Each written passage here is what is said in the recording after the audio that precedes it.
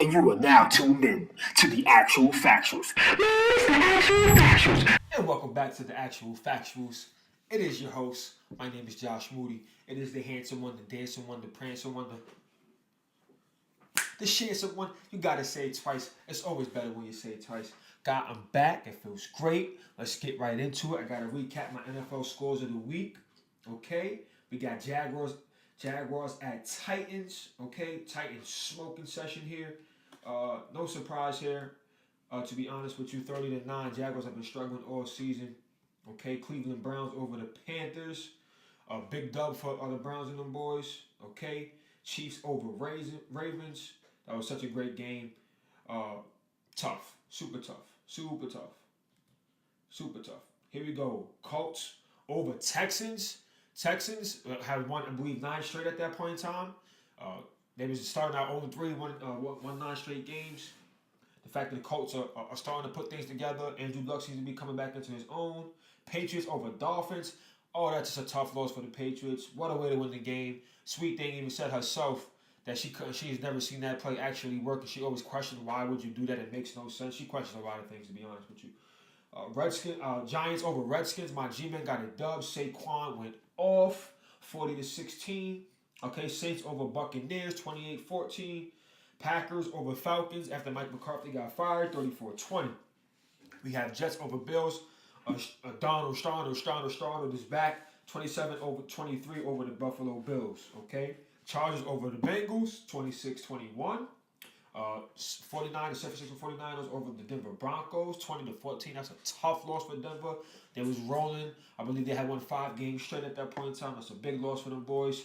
The game of the night, Cowboys over the Eagles 29-23 in a tough NFC in East battle. We're going to get into more of that later. Stay tuned. Okay. Raiders over the Steelers. Ooh, that's a tough loss. Bad loss. Bad loss. They're calling for the head of Mike Tomlin now. We'll see. Raiders 24-21. Okay, Lions over Cardinals 17-3. No surprise there. Cardinals have been trash all season. Okay, Bears over the Rams. The game of the night. That was a tough game, defensive game. The Bears seemed to be triumphant in that game, 15-6. All right, Seahawks over Vikings 21-7 on Monday Night Football. Tough game, guys. But no surprise there that Seattle came out with that. They are at home. They are tough to be at home. Possibly the loudest stadium in the game. Okay, so we're talking, it's the Actual Factuals, episode 30, the Dirty 30, you feel me? Okay, I got to bring up and talk about the Dallas Cowboys real quick. And it hurts me to say this because I'm not a Cowboys fan. You guys know G-Men all day. That's our NFC East rival. But listen, guys, everybody questioned that trade for that first-round pick. Was Amari Cooper a first-round talent? I think nobody was ever denying that.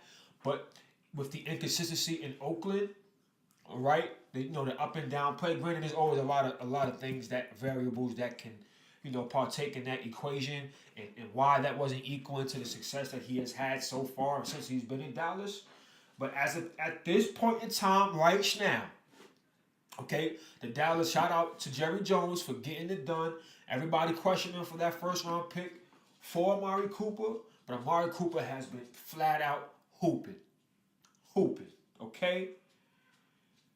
He's the third Cowboy to have 200 receiving yards and 3 touchdowns in a game, guys. He had 3 tutties in a big NFC East game against the Eagles. Came up big. That last touchdown was type crazy. 32 of the Eagles, I can't remember his name. He deflected the ball and popped up. He gets his 3rd touchdown of the night. But he was hooping, guys. Since he's came to the Cowboys, 40 receptions, 642 yards, 6 tutties in 6 games with the Cowboys, guys. The Cowboys started 3-5. Okay, on the brink of getting Jason Garrett fired, that was all calling for his nasty head. Pause. That sounded crazy. But he has now won 5 straight games and is up 2 games in the NFC East. All right? NFC East, guys, it is still wide open. Believe it or not, the Giants have an opportunity to even get in there if the Cowboys lose the rest of their games and they go on to run the table. That's how crazy the NFC East is. But shout out to the Cowboys, guys. Jerry Jones has found some studs in these linebackers. Okay, Vander Esch is absolutely balling right now. The kid's a stud. He reminds me of the linebacker from Blue Mountain State who just runs around all crazy. He looks like he actually kind of looks like the bull, the crazy white bull with the jaw. What I'm trying to say is that he runs around with his head cut off, plays like his pants is on fire, and he gets to the football. Guys, that type of effort you cannot coach. You can't coach. He reminds me of somebody I played with like at the University of Rhode Island. His name is Dougie Johnson. Dougie was one of the most talented football players, period, I've ever seen. Matt Hansen as well. I got to shout out Matt Hansen as well. Some of the toughest football players I've ever seen. But guys, when I mean they just found their ways to the football. Now I say Dougie Johnson because Dougie was crazy. Like he was a nut job. So at Van Der Esch, I get that type of vibe from him. Like I'm just crazy. I don't care who's in my way. I'm not the super greatest athlete on the field, but my will to get to the football makes me run faster than everybody out here. And then when I get there to you, I'm laying the sword pose. I'm gonna let you feel it pose. Okay? He has a dog, guys. If you guys hear me talk, I talk about the dog all the time. Having that dog in you, you cannot teach. You just gotta have that. He's a dog, okay? He's a dog. And I gotta shout out 54, I'm sorry, I can't remember his name right now. The dude from Notre Dame, a linebacker who's playing out of his mind, who wasn't even supposed to be playing in the league right now, considering how bad his injury was. But look, shout out to Dallas. Once again, they performed the actual surgery on him, okay? And they took the chance on him, and it's paying off, man. Those two young linebackers right there get to the football. And it sucks because Sean Lee is a stud. The kid is fast. You know, granted, his only knock has been his durability. He has not been able to stay on the football field. Guys, you hear me say this all the time. I'm going to take durability over ability any day. You can be as talented as you want to be. And here's the harsh reality of the league and the fact that it is a business. This is what happens. As talented as you may be, this is why Le'Veon didn't get his contract. As talented as you may be, guys, if you're not on the football field performing, you're no good to the owners, to the GMs, to the coaches. So all that talent means nothing if you're not on the football field, guys. If you tell me I'm going to have a guy for 16 games, okay, who's a good football player, and I'm going to have a guy for 8 games who's a great football player, you're going to take the good football player. Why? Because you know what you're going to get. You know he's going to be there every day. You know he's going to come out there and compete. And like I said, it's the value of investing in something that you know you're getting a return off of. Sometimes, guys, there's high risk, high rewards. Sometimes there's high risk, low rewards. Okay, so here's the thing with that. It's hit or miss with those things. There's no true science to this. You never know how our draft pick is going to play out. He could be a sure thing. There's no true science to this. What I'm trying to say is, guys, the Cowboys are playing super, super, super well. Hats up to Jerry Jones for getting Amari Cooper, getting Dak Prescott a guy. Ezekiel is playing out of his mind. Zeke is a stud. I love watching his elegance and the way he plays football. He's an aggressive ballerina. You guys hear me say that term all the time, right? He will run through you. He runs super hard. But the fact that he's able to put his feet down and nimble and tiptoe and get his low center of gravity, the fact that he's able to run fast in that such low position where, like, people are coming, that big hits that should be lighting him up is not big hits because of how low his center of gravity is. He's bouncing right off of those super supreme athlete. Just love watching Zeke Elliott play. And I'm loving the fact that he's stepping up into a leader role. It's pretty dope to see. You see him talking in the huddles before the games and on all types of stuff. So shout out to you, Zeke. Do your thing, good brother. I appreciate you. Saquon. Let's transition into my Giants. We still saying in the NFC East. Big shout out to my boys. You know, granted, I don't think we're going to make the playoffs this year. And listen, guys, I'm going to be honest with you. A franchise quarterback is a game changer. Now, Sam Darnold looks like he could be one of those type of guys. Okay? Now, I stick to my guns. Saquon was the best football player in this year's NFL draft. We got the best football player in the NFL draft. Granted, running backs don't win Super Bowls. Okay? But here's the fact of the matter. If I was Pat Shermer, this GM, granted, I hate Eli. I hate his face. I hate the astronaut helmet. I hate everything about him. If you know me, I respect the man because he brought us 2 championships. I get all that, but I hate the man. Can't stand him. Never liked him, even when he was winning. Okay? With having Eli there, who, if he was to protect him, he could still throw the football. I hate to say it. I hate to say it. I still want him out of there. I would have took Saquon with the position that we was in. With Baker Mayfield gone, who I believe the Giants believed that was their guy. With Baker Mayfield gone, you had to go Saquon. Granted, franchise quarterbacks don't just grow on trees. They don't just come around every year. We have to see how this works out. Sam Darnold could turn out to never be the guy. All I know is that Saquon is a stud. He's proven himself right now, but it's very early in the game. We'll be constantly talking about this from 5 to 10 years from now to see if the Giants ever made a mistake on not drafting Sam Darnold and drafting Saquon. But Saquon's numbers is absolutely crazy, guys. 1,753 yards, okay, total yards, 13 tutties, 5.3 yards per catch, guys, 134 yards per game. Then they're 135, okay? And second most by any rookie since the 1970 merger. Crazy, guys. Sunday marked his 12th game this season with over 100+ yards from scrimmage, guys. Eric Dickerson, the St. Louis Rams, now Los Angeles Rams legend, okay, has a record of 13. With 3 games remaining, okay, you have to think that this man's going to break that record. That's some elite company already, guys. And he's hitting his head on the goalpost, 78 yards, speeding. You must have tick, tick, tick, tick, tick, tick, tick, tick, tick, tick, tick. Oh, and he got the swiggle. He's jumping over you.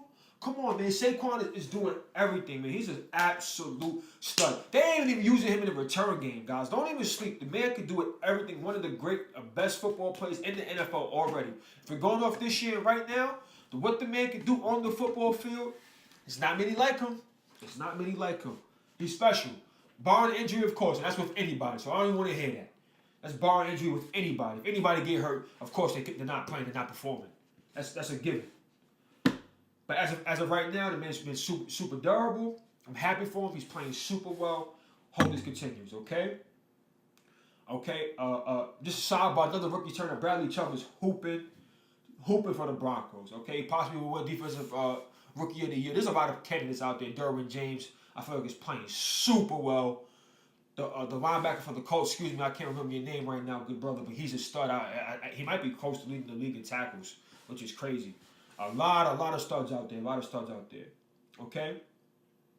Now, guys, we're going to transition here now, okay, to talk about the MVP favorite. Drew Brees struggled the last couple of weeks, okay? Patrick Mahomes, guys, is doing things. He's really changing the game. Maybe that's taking it too far. I seen a highlight clip the other day of the man. He threw a no-look pass, guys. And it wasn't like no little shovel. It wasn't no little dunk pass. My man was literally looking this way and threw the ball. And you know how you make a face like you know like in ball when you do a no-look like a... My man said, woo, threw a rope on a dime. It had to be a good 15-yard pass, bro. His releases, he's throwing it from here.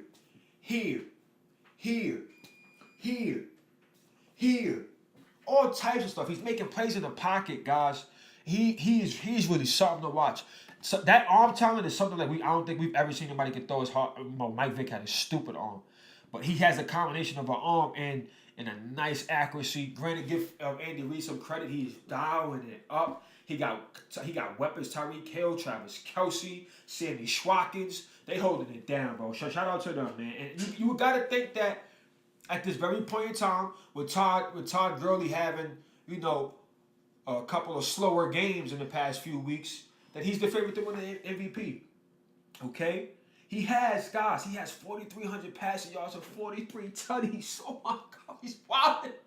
Guys, this is his first year starting. Bull is wilding, son. He's wilding. Number 1 team in the AFC. Tied for the best record with the Saints and the Rams for the best record in the whole NFL. Okay? Like I said, shout out to the Cheetah, man. Cheetah has been wilding. Jalen Ramsey challenged him early in the year, and he's doing his thing, man. He's absolutely wilding, man. He's going off. Almost 1,300 yards, 11 tutties, okay? He's just doing something. And at this very point in time, Travis Kelce has to be the best tight end in the game. I absolutely agree with Rodney, our writer here. He has to be the best right end. Gronkins have a down year, and Travis Kelce is hooping. Career high receptions, 86 yards, 1,159 and 10 tutties, guys. They're scoring. Okay, and all the transitioning moving forward, all the Bears for real. I absolutely think so. I like Mitchell. Okay. I like their defense. They playing up Eddie Jackson, the rookie from Alabama. The guy's a stud, a ball hawk. Fuller, corner. He's locked out. Of course, Khalil Mack is holding down. Their interior is tough as well. They have a good chemistry going. I don't think that's going to keep up in the playoffs. I can see them getting out in the first in their first playoff game simply because of that experience. And I don't think they have that just yet. If Mitchell is ready, we'll see. Hey, more power to you. We'll have to see that. They beat the LA Rams the other day on Monday night. Jared Goff did not play well. They was on that ass. They was on that ass. All on that ass. Okay. So like I said, guys, matchups for the week moving forward. Chargers at Chiefs. This is a big game in the AFC, guys. AFC West at that. Big game. Big game. They might have clinched already, but it's still a big game for the Chargers. Chargers have not technically had a home game all year. Okay, they're a road team. They're going to be a tough out in the playoffs. But I kind of sleep only because they just seem to never get it done in the playoffs. Phillip Rivers, I don't know if that's a testament to you, but you're the quarterback. When you win, you get the credit. When you lose, you got to get the credit as well. Okay? This is a big game coming up this week, AFC, after the Patriots coming off of that bad loss to the Dolphins on that play. They're playing the Steelers, who just lost to the Oakland Raiders. Okay? Oakland Raiders, John Gruden, who's running that team into the ground. Okay? That's a bad loss for them boys. They missing Le'Veon. We're going to see. Like I said, that's going to be a big game. I feel like Tom and them boys is going to get it done. However, you can't sleep. Pittsburgh is at home. Should be a good game. The AFC is a tough out. Tough out this year. Juju, I gotta shout you out real quick, brother, because you are lighting it up. Juju Smith-Schuster. I just like saying your name because you already scanned and you don't even know it. It's Juju Smith-Schuster. I'm gonna say it again. It's Juju Smith-Schuster. You feel me? My guy is lighting it up, man. Juju, 91 receptions, 1,234 yards, 6 tutties. As of late, he's really been lighting it up, guys. So that's my NFL games to watch for the week, guys. Stay tuned next week as we'll be recapping Week 15, discussing all the hot topics, trending topics, and who we got coming on, guys. We're going to transition real quick, talking about the NBA, the NBA, okay? So we have the Houston Rockets, man. And Eric Gordon, I'm going to read this quote for you guys. I'm just not having fun, man. This sucks. Even the times where I have good games, we're just not using some guys the right way. And are we going to make the right sacrifices? Do we have the right attitude? Now, guys, I said this in the beginning of the year, that I don't believe they will be the same team. Simply because they lost 2 key defensive players, in Trevor Ariza and Luke Mute. All right? Tucker was a big keep for them. However, I just think last year was a magical season for them. Sometimes, guys, you come in one year and everything seems to be clicking. Granted, they got off to a bad start due to injuries. And this is what I'm talking about. All that plays a role. They didn't have that problem last year. Granted, Chris Paul was out. You know what I mean? But they was winning those games without him when Chris Paul was there. They tried to blame Melo. Things did not change. They literally used Melo as a scapegoat to why things wasn't working. And that didn't change anything. That changed absolutely nothing. So you can't blame Melo. I don't know what's going on. Chris Paul is averaging a career low in a lot of different things this year. And we just got to see how it goes, man. We just got to see how it goes. They're just not playing together. They're not playing that same quality basketball that they was playing. And we got to see how things are going to work out. They need to make some changes, possibly make some trades. We know their GM is very, very, very super active. He will not sit back and watch this happen. They're a 12 or 14 basketball team right now. We'll see. We'll see what's going on, okay? Well, shout out to the OKC Thunder. Shout out to my bro.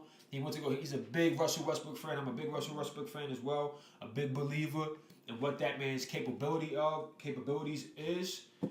Stud. Absolute stud. He's fierce. The way he plays the game. The fact that that's just somebody that you want to compete with, that you want to go to war with every time because he just does not care who's sitting in front of him. If you're sitting in front of me, you can get this work. I don't care who you are. It could be grandma. Grandma, you're going to get this work. I'm jacking all that type of energy. They started out 0-4, guys, and since then have been, oh my God, they've been wilding, son. They've been wilding. Doing their absolutely thing, okay? PG's averaging 24 points per game, 8 boards, 4 assists. Okay, he dropped 47 and 15 at the Nets game, which my brother was at. Brother was dumb hype. Okay, Russ is averaging 22, 10-10. Okay, he has to get in his rhythm. He's been in and out with some injuries and things like that, having some struggles. I'm not worried about that man. He will be absolutely fine. Okay, you know the question has been, can they replace KD's efficiency? And Paul George up to this point is living up to the hype.